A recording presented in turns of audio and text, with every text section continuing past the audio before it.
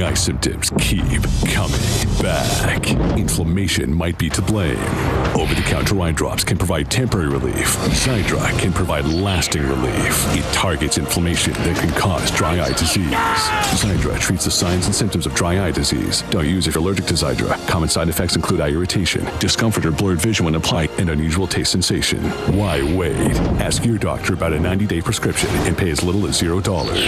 Xiidra. Tomorrow on ET, the Stallone family talk about their reality TV return. I go, that's the perfect reason to do it. When are you going to do your reality show? Oh, God. Nobody wants to see that.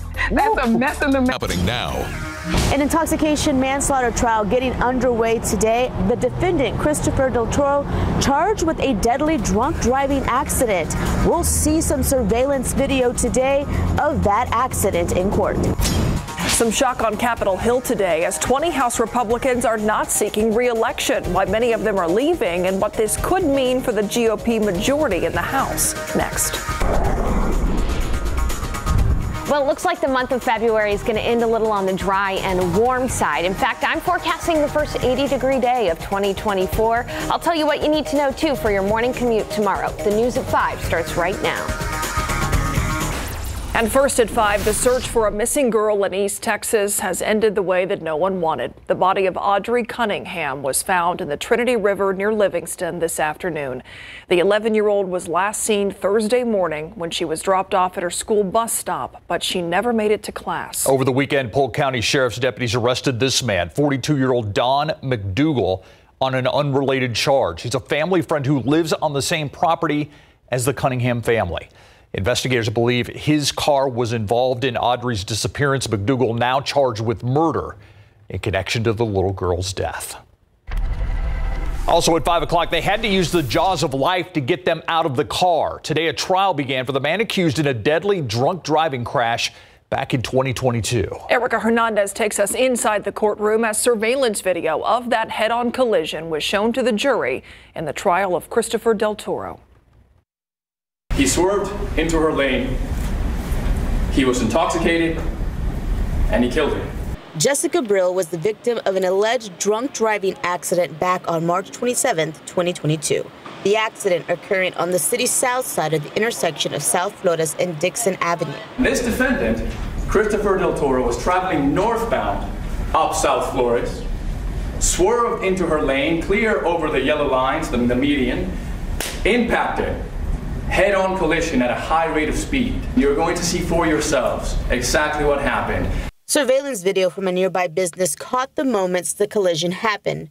We are pausing the video as the cars collide, scattering debris everywhere, and Brill is ejected from her car. Brill's passenger suffered minor injuries, and the jaws of life had to be used to get Del Toro out. He also suffered minor injuries. As for the defense, they told the jury to listen closely to the state's case, as they say it's not what it appears to be. This is a horrific accident, not a crime. Pay attention to, make sure everybody was wearing their seatbelt, who else was drinking throughout, during that night. Now, this trial is expected to go on for the rest of the week. Now, if Del Toro is found guilty, usually for intoxication manslaughter, it's 2 to 20 years. But because he has a record, it's possible the state will ask for that sentence to be higher. At the Cadena Reeves Justice Center, Erica Hernandez, KSAT 12 News. Let's check out traffic on this Tuesday, and we're going to go to 410 and Jackson Keller, and you can see it is busy in both directions, especially the westbound lanes of 410 as you head towards I-10 there in the intersection.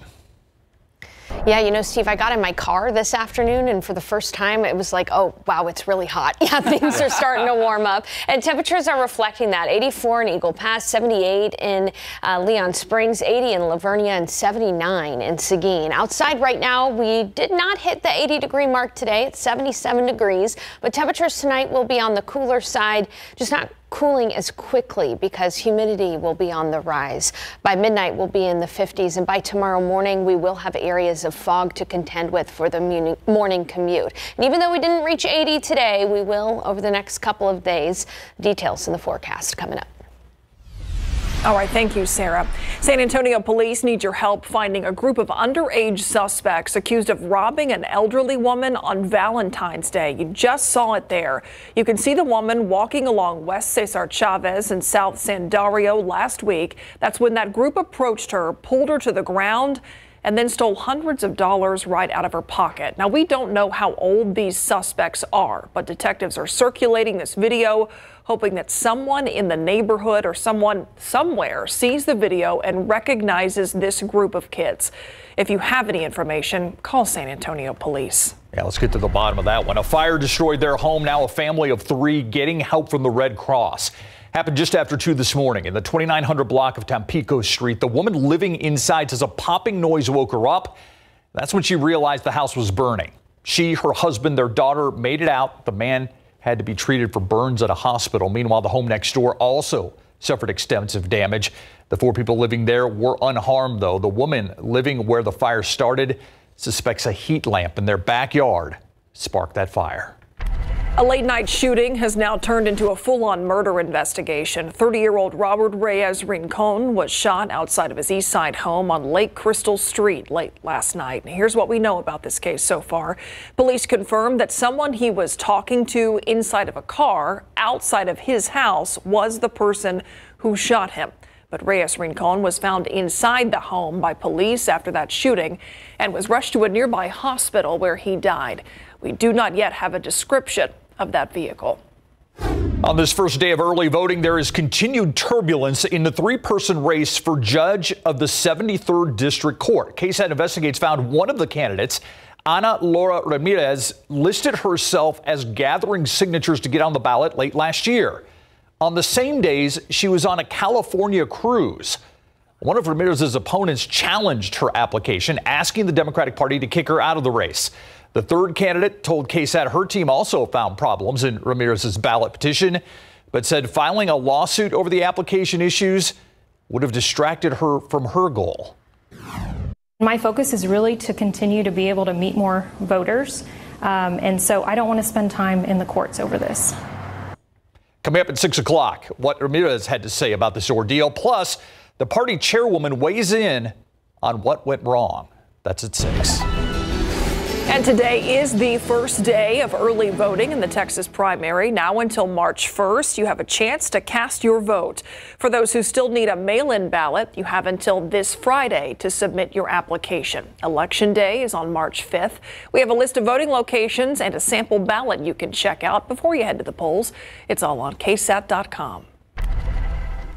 There is more fallout from the chaos in Congress. House Republicans were shocked by some of the recent high-profile retirements that had been announced. Among those leaving, powerful committee chairs and rising stars inside the GOP. Washington correspondent Julia Benbrook has more on the impending departures and how they're being felt on Capitol Hill. At last count, 20 GOP lawmakers in the House of Representatives, including 5 committee chairs, have decided to not seek re-election. While some cite personal reasons or are seeking higher office, others blame dysfunction on Capitol Hill.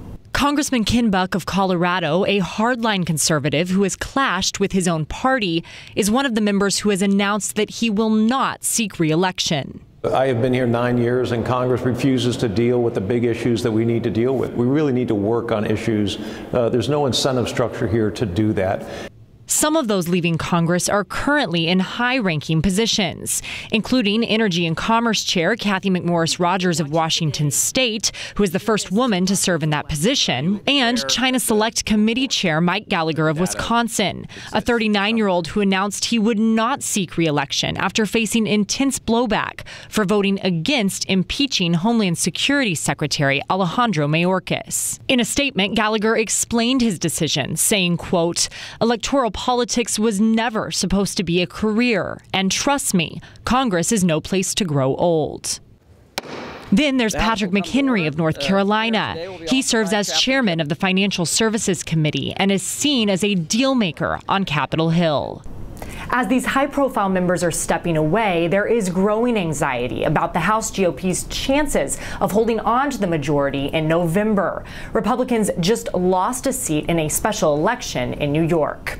Reporting in Washington, I'm Julia Benbrook. New at 5, this year's poster for the Tejano Conjunto Festival was unveiled today. Check it out. The entry was picked to be the face of the 42nd annual Tejano Conjunto Festival, and it will be front and center during this 4-day event. The unveiling was held at the Guadalupe Cultural Arts Center Gallery today. It features an accordion performer and a loteria card. The winning poster was created by Anna Arce. She's a college student in Indiana who is a San Antonian, and she was inspired by the culture and traditions of conjunto music. This is a fun take with the accordion on the loteria image. So we felt that this image in particular really spoke to the festival, the music, the culture, and it would have appeal in general.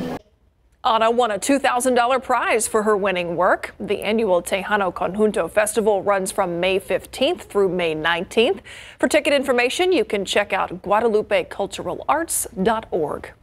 Now to a video that has gone viral. This post-game brawl between the University of the Incarnate Word, see it right there, and Texas A&M Commerce basketball teams broke out while players and coaches were going through the handshake line after last night's overtime game.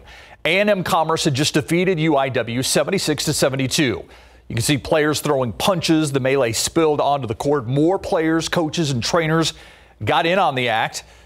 Some continuing the fight, others just trying to break it up, and there were several skirmishes around the court. Even the announcers broadcasting say a young girl got hit and an employee had blood on his face.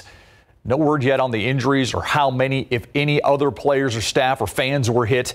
That investigation is underway. We are getting reaction, though. Meanwhile, the schools have released a joint statement on the brawl saying, quote, UIW and Texas A&M University Commerce apologize for the behavior exhibited by our respective men's basketball programs following the game on Monday night. The unsportsmanlike conduct that occurred after the game does not reflect the values of the universities involved, as well as the Southland Conference and their member institutions.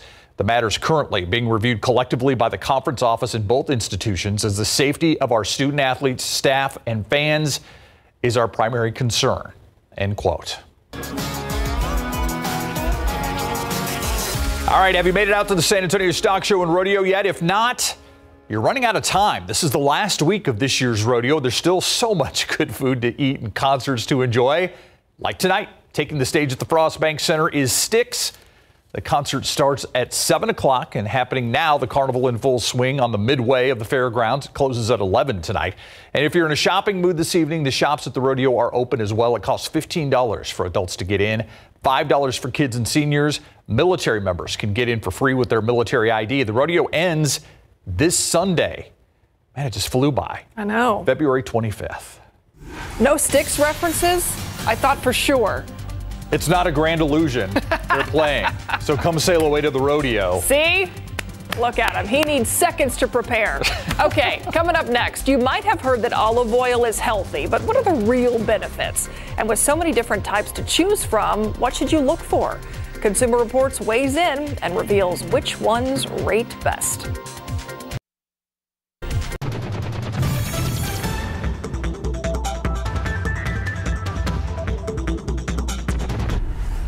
Here's a look at a story we're working on for the news at 6 today. Police, fire, or EMS. That's the first thing you're asked when you call 911. But not every emergency fits so neatly into those boxes. That's why San Antonio police say they're looking at whether a fourth option for mental health might be a good addition. How it would be used and why it's not already in place. All that and more today on the news at 6. Some people call it liquid gold. You may be cooking dinner with it right now. Olive oil, an important part of the healthy Mediterranean diet. But it's not just any old olive oil. 12 on your side's Marilyn Moritz has the type to look for and one that taste testers give the thumbs up.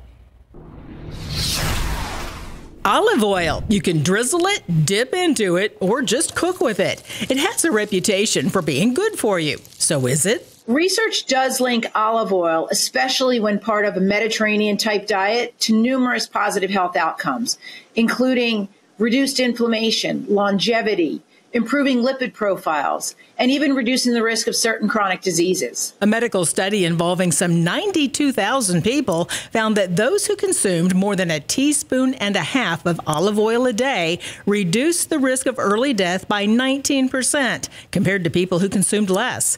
But before you shop, know that not all olive oils are made the same. To get the full health benefits of olive oil, you'll want to choose extra virgin, which contains many bioactive compounds, including phenols, which are responsible for most of the health benefits. Regular olive oil is refined and has almost none of these compounds. To find the best extra virgin olive oils, trained taste testers blindly evaluated 26 different oils.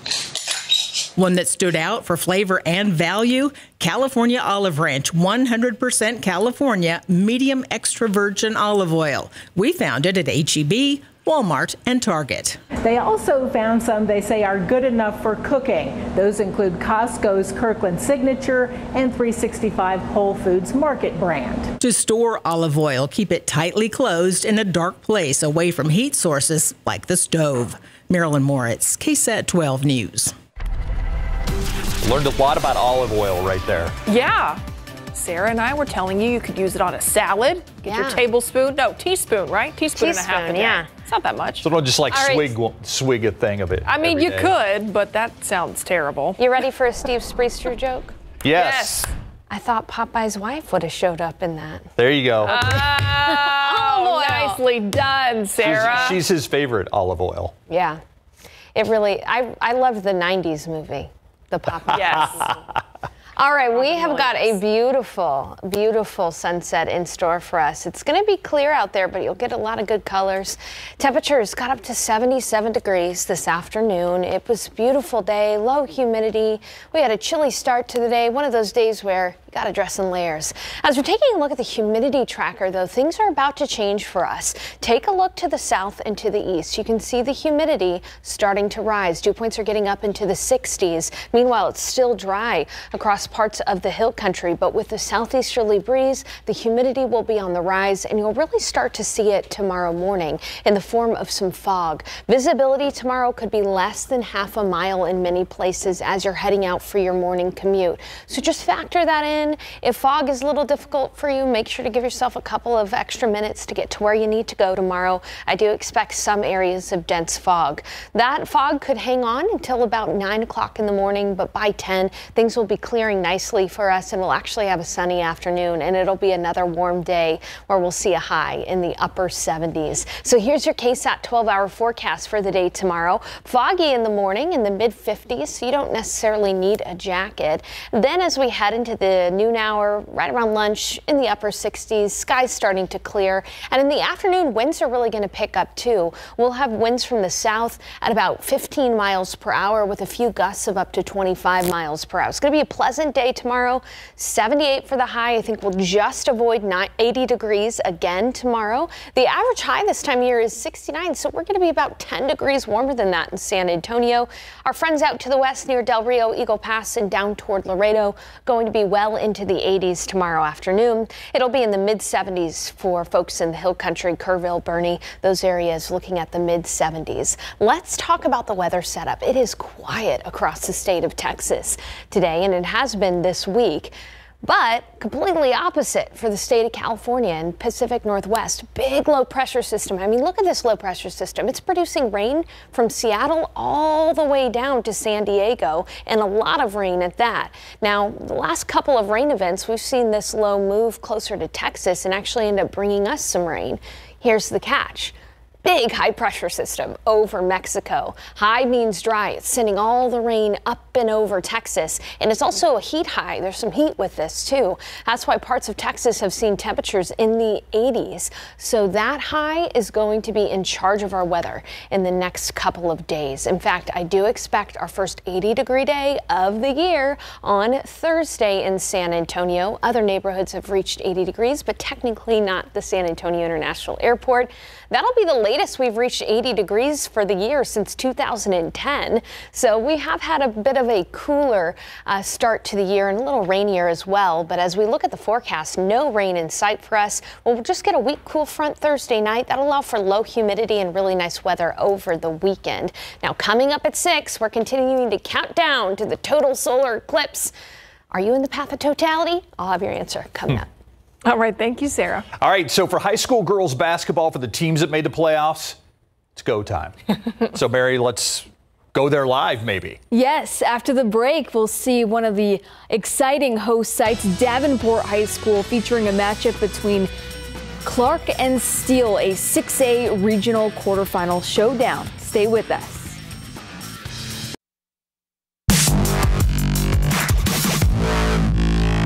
The third round of the girls' high school basketball postseason is underway. Two of the best programs in our area are set to battle it out in a 6A regional quarterfinal showdown shortly. Clark versus Steele. The winner stays alive and the loser season ends tonight. Joining us live from Davenport High School to preview the highly anticipated matchup are Nick Mantis. Nick, how's it going out there? Well, Mary, it's starting to get a little bit more exciting here. The tunes are playing. We got Steele, who's warming up behind us. Clark is about to warm up in a little bit. As you can mention, the intensity can get really high at this level of the playoffs, and both of these teams have been playing at that level of intensity when it comes to getting to this round. Let's start with the Clark Cougars. Right now, they're having one of their best seasons that they've had in a long time. 31-2 is their record, and they just beat Cedar Ridge last week in the last round. The defending 6A state champs will look to their 1-2 punch of point guard Natalie Huff and center Ariana Roberson. Both players are San Antonio All-Stars, and they can get hot in a hurry. But the player who could be an X factor for them is power forward Cameron Griffin. She's a double-double machine, and she's committed to playing to Central Arkansas next year. Now, when it comes to Steele, similar situation, Mary. They have Lena Newby and Mia Hammonds, who are a problem. Look for them to put on a show tonight. The point guard who's dishing it to both of them is none other than Noelani Agel. She's committed to playing basketball and soccer at Texas Lutheran, and she's also a threat off the court. She's our KSAT Scholar Athlete of the Week from this past weekend. She's committed to playing basketball and soccer at Texas Lutheran. Like I mentioned, she's a big part of helping the Knights offense put up big numbers like that 21-point win they had against Vandergrift in the last round. The Knights are having a 28-win season, the best they've had since 2018 when they lost to Clark by 3 points in the bi-district round. And remember, Mary, this is a rematch of that 2022 regional final where Clark was able to get the win over Steele thanks to Aaliyah Roberson's 16 points in that game. Clark then going to the UIL state tournament for the first time in school history. So it might be a little bit of payback on the mind for the Steele seniors who played in that game. We're going to have the highlights of that game, plus East Central taking on Reagan in boys basketball in the bi-district round coming up right here at Davenport right after this game. Both highlights of both games. Plus, we're going to hear from the winner of this game tonight on the Night Beat. Mary, back to you. Awesome stuff. Thank you so much, Nick. Can't wait for this matchup. Plenty to look forward to. And again, like Nick said, we'll have the highlights tonight at 10 on the Night Beat. Lots of storylines in that Steele-Clark game. Oh, yeah. Two heavyweights battling it out for sure in that one. All right. Thanks, Mary. Thank you. We'll be right back. All right, we are going to have a warm day tomorrow after some morning fog and clouds. Ditto day on Thursday, and then we'll be looking at a front moving through. That front will set up a pretty nice weekend with low humidity. So if you've been needing to get some yard work done, no excuse this weekend. It's going to be absolutely beautiful. It took a little while for that fog to burn off this morning. It did. It's going to take a longer time tomorrow, too. Yeah. All right. Thanks, Sarah. And thanks for watching the news at 5. World News up next. See you at 6.